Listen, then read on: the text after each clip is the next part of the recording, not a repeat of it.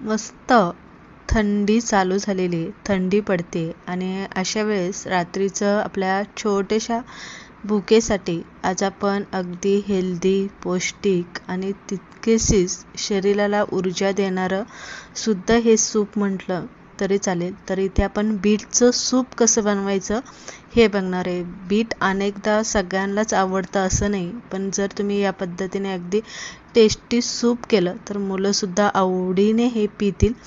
2 bit घेतलेले, 2 गाजर, एक मोठं टोमॅटो लाल झालेलं घ्यायचं, एक कांदा घ्यायचा आहे आणि हे सगळं चांगलं स्वच्छ धुवून मग आपल्याला हे चिरून घ्यायचं या पद्धतीने. 2 हिरव्या मिरच्या घालायच्या, 2च घालायच्या आहे. कितीही सूप बनवलं तरी 2च घाला, तिखट असेल तर. मीठ घालायचं आहे 1 चमचा आणि त्यानंतर खालीवर करून घ्यायचं. त्यामध्ये 1 ग्लासभर पाणी घालून घेतलेलं आहे. कुकरमध्ये मी पहिलं पाणी घातलेलं आहे. डब्बा कुकरमध्ये ठेवून घ्यायचा आणि अगदी 4 ते 5 शिट्ट्या घेऊन आपल्याला हे सगळं शिजून घ्यायचं आहे.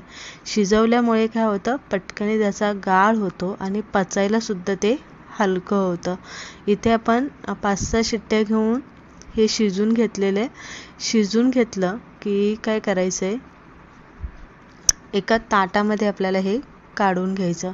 ताटामध्ये काढून घ्यायचं आणि पूर्ण थंड होऊन द्यायचं. गरम असताना हे मिक्सरला वाटू नका, नाहीतर काय होतं, भांडंसुद्धा खराब होतं आणि गरम असल्यामुळे वरचं ढाकण जे असतं ते पटकन अशी उडण्याची शक्यता असते.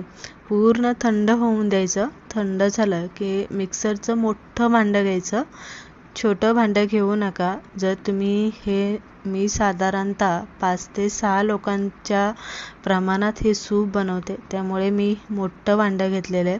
तुम्ही जर अगदी 1-2 माणसांसाठी बनवत असाल सूप तर छोट्या भांड्यातसुद्धा याची ग्रेव्ही करू शकता.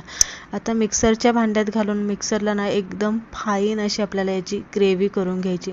त्यामुळे काय होतं, आपल्याला गाळणीने गाळायची गरज पडत नाही.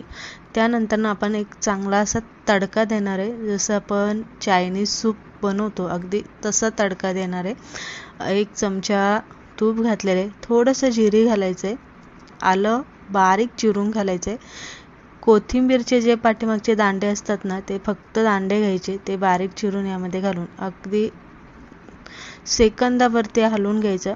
मग त्यामध्ये काळी मिरपूड घातलेली आहे मी आणि जिरी पूड घातलेली, हलवून घ्यायचं. बीटचं केलेलं ग्रेव्ही आपल्याला यामध्ये घालायची, पाणी यामध्ये घालायचं. जास्त पातळ बनवायचं नाही, जास्त घट्टही नाही, तर अशा पद्धतीने बनवायचं. त्यानंतर काय करायचं आहे, काळं मीठ घालून घेतलेले, 1 चमचा पिठी साखर घालायची आहे आणि वरनं मी पिस्ता सीझनिंग घालून घेतलेले. मस्त अशी चायनीज सूपसारखी, मंचुरियन सूपसारखी याची चव लागते. हलवून घ्यायचं आणि एक चांगली उकळी काढून घ्यायची. उकळी आली ना की ते काय करायचं, आपल्याला 5-6 मिनिट ना बारीक गॅसवरती असं उकळतच ठेवायचं. ज्यामध्ये आपण ते मसाले घातले ना ते चांगले शिजले गेले पाहिजे, त्याचा जो वास आहे तो आपल्या सूपमध्ये उतरला पाहिजे. मस्त असं गरमागरम, बाहेर अशी थंडी पडलेली आहे आणि छोट्या भुकेसाठी म्हणा किंवा असंही तुम्ही स्वतःच्या शरीराला एनर्जी मिळण्यासाठी सुद्धा तुम्ही हे बनवू